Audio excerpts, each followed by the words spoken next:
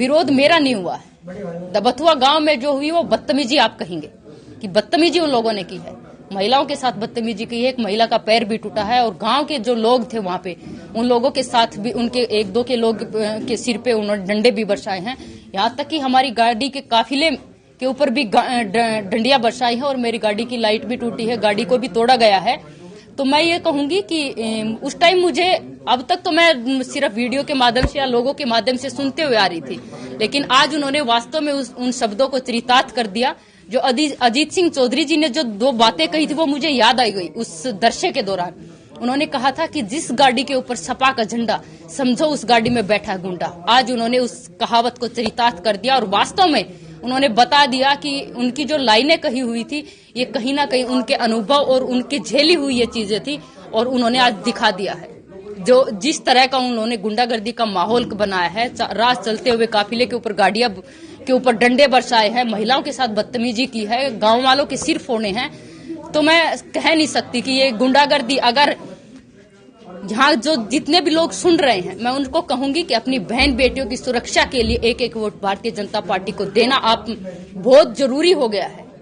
जिस तरह गठबंधन के जो समर्थक हैं वो उग्र होते जा रहे हैं, मतलब उनको देख ये उनकी कि बदलाव आएगा कुछ, ये उनका फ्रस्ट्रेशन दिखाता है। जीत तो शक नहीं रहे और जीत दिखाई कहीं नहीं दे रही, तो लोगों के बीच में जाके बदतमीजी कर रहे हैं। लेकिन ये जनता बड़ी समझदार है, बड़ी समझने वाली है कि ये इनकी गुंडागर्दी है ना, ये जनता ही खत्म करेगी। एक एक वोट भारतीय जनता पार्टी को देकर खत्म करेगी। इस तरह के विरोध से और इस तरह के एक तरह से हमले से आपके प्रचार पे, आपके जोश पे कोई फर्क? विरोध मेरा नहीं हुआ है। दबथुआ गांव में जो हुई वो बदतमीजी आप कहेंगे कि बदतमीजी उन लोगों ने की है। महिलाओं के साथ बदतमीजी की है। एक महिला का पैर भी टूटा है और गांव के जो लोग थे वहां पे उन लोगों के साथ भी उनके एक दो के लोग के सिर पे उन्होंने डंडे भी बरसाए हैं। यहाँ तक कि हमारी गाड़ी के काफिले के ऊपर भी डंडियां बरसाई है और मेरी गाड़ी की लाइट भी टूटी है, गाड़ी को भी तोड़ा गया है। तो मैं ये कहूंगी कि उस टाइम मुझे, अब तक तो मैं सिर्फ वीडियो के माध्यम से या लोगों के माध्यम से सुनते हुए आ रही थी, लेकिन आज उन्होंने वास्तव में उन शब्दों को चरितार्थ कर दिया। जो अजीत सिंह चौधरी जी ने जो दो बातें कही थी वो मुझे याद आई गई उस दृश्य के दौरान। उन्होंने कहा था कि जिस गाड़ी के ऊपर सपा का झंडा, समझो उस गाड़ी में बैठा गुंडा। आज उन्होंने उस कहावत को चरितार्थ कर दिया और वास्तव में उन्होंने बता दिया कि उनकी जो लाइनें कही हुई थी ये कहीं ना कहीं उनके अनुभव और उनकी झेली हुई ये चीजें थी और उन्होंने आज दिखा दिया है।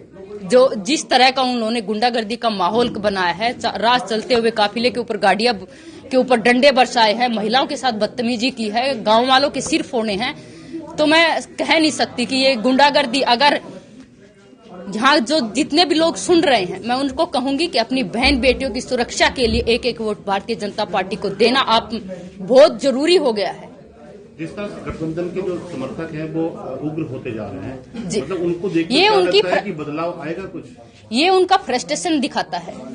जीत तो शक नहीं रहे और जीत दिखाई कहीं नहीं दे रही, तो लोगों के बीच में जाके बदतमीजी कर रहे हैं। लेकिन ये जनता बड़ी समझदार है, बड़ी समझने वाली है कि ये इनकी गुंडागर्दी है ना, ये जनता ही खत्म करेगी। एक एक वोट भारतीय जनता पार्टी को देकर खत्म करेगी। इस तरह के विरोध से और इस तरह के एक तरह से हमले से आपके प्रचार पे, आपके जोश पे कोई फर्क?